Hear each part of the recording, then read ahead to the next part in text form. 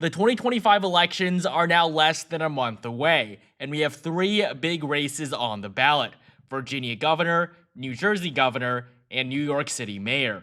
And in this video, we'll be going over all of the data and what you can expect next month. Republicans have been surging in the two gubernatorial races over the last few weeks, and today we'll see whether Republicans can hold on to the Virginia governorship that they shockingly won in 2021, and maybe even potentially also flip the New Jersey governorship as the state continues to shift to the right. And so we'll begin first with the Virginia governor's race, where the incumbent governor is currently Republican Glenn Youngkin, who was elected back in 2021 in a huge upset over former Democratic Governor Terry McAuliffe. Glenn Youngkin winning by just under 2%. This was a big surprise, and Youngkin was the first Republican to be elected Virginia governor in over a decade. Throughout nearly the entire campaign, Youngkin trailed McAuliffe in the polls by margins as large as 6%. However, ultimately, Youngkin took a slight lead in the polls, and they were ultimately very accurate in predicting the eventual results. And so Youngkin may be the incumbent governor,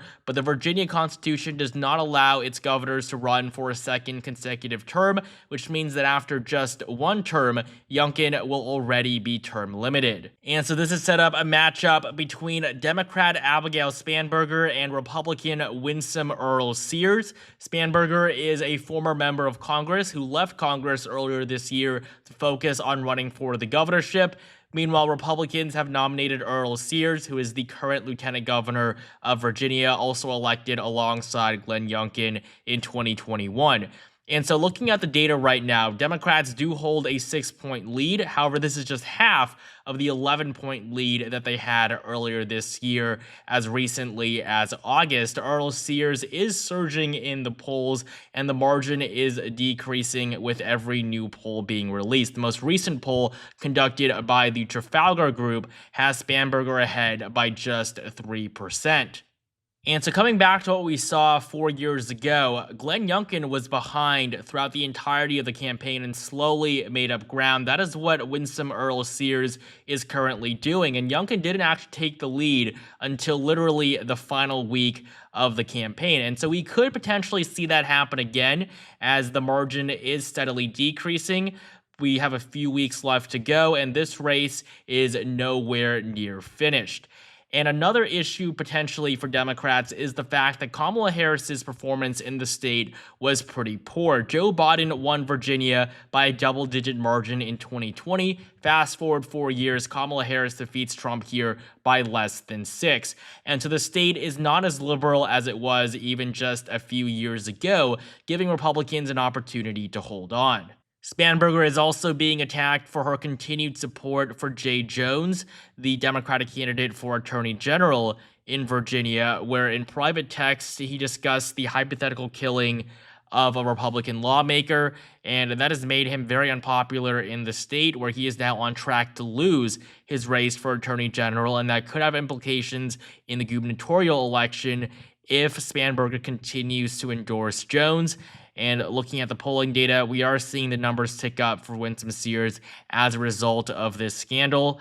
However, if we look at the betting markets on Kalshi, Democrats are still the favorites. They have a 93% chance of flipping the governorship, Republicans at 9%. But this race is not over. Just remember what we saw 4 years ago. Nobody thought that Glenn Youngkin was going to win a month out from the election. Terry McAuliffe was in a very strong position, but ultimately things didn't end up that way. And with Democrats currently facing this scandal with Jones, this provides an opportunity for Republicans to make a final push in these last few weeks.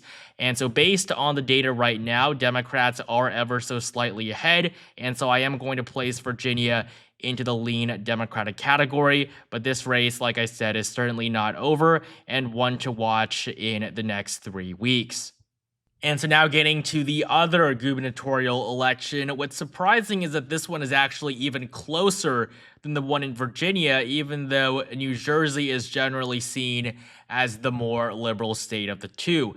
And so, looking at the race for New Jersey governor, the incumbent is currently Phil Murphy, who was narrowly reelected in 2021, defeating Jack Ciattarelli by a 3-point margin, but Murphy has already served 2 terms, and so he is now term limited, which is why we have the matchup between Mikey Sherrill and Jack Ciattarelli. Yes, Ciattarelli is running for the governorship again after losing by just 3 points. A pretty strong performance for a Republican in a state that voted for Joe Biden by 16 points just 1 year prior. And so Jack Ciattarelli is a former member of the New Jersey General Assembly. He hasn't been elected to any public offices since then, but like I said, in his 2021 run, he vastly outperformed expectations. He was supposed to lose by nearly 8 points. He ultimately lost by less than 3, and so he is performing better now than he did 4 years prior, at least based on the data. He's behind by just 4 points after a slew of recent polls have this race getting closer and closer by the day. And so Jack Ciattarelli is no doubt the best candidate that Republicans could have put into this race. Meanwhile, on the left, Mikey Sherrill is the nominee. She is a current member of Congress serving New Jersey's 11th district and leads Ciattarelli in the polls by 4%, a far cry from earlier this year when she led by a double-digit margin, 13 points at one point in mid-June. And if we look at the latest polls, we have 2 recent polls showing this race being a dead heat, one from Neighborhood Research with both candidates at 44%, and a previous poll from Emerson College, which is a highly regarded pollster, also having both candidates in a tie at 43%. Another issue for Democrats is that New Jersey simply isn't as liberal as it once was. Kamala Harris only won the state by 6%. Now, of course, it's true that Joe Biden basically outperformed Kamala Harris in every single state, with the exception of Utah. However, Kamala Harris's performance in New Jersey was especially abysmal when compared to her predecessor. In 2020, Joe Biden won New Jersey by 16 points. In 2016, Hillary Clinton won it by 14. In 2012, Obama won it by 18. But with Kamala Harris on the ballot in the most recent election, she wins it by just 6. This is the biggest drop we've seen in the 21st century in terms of Democrats' vote share in the Garden State, but they simply are not as popular as they once were. We also saw a similar pattern in New York, with Democrats almost losing the governorship in 2022. And so New Jersey simply isn't as blue as it was even just a decade ago, and that is why Jack Ciattarelli is now doing so much better, a lot better than he would have done in the 2010s.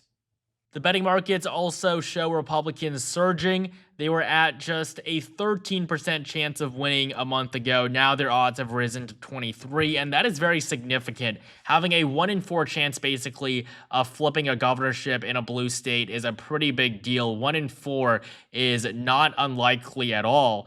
And so while Democrats are still the favorites, Republicans are gaining ground.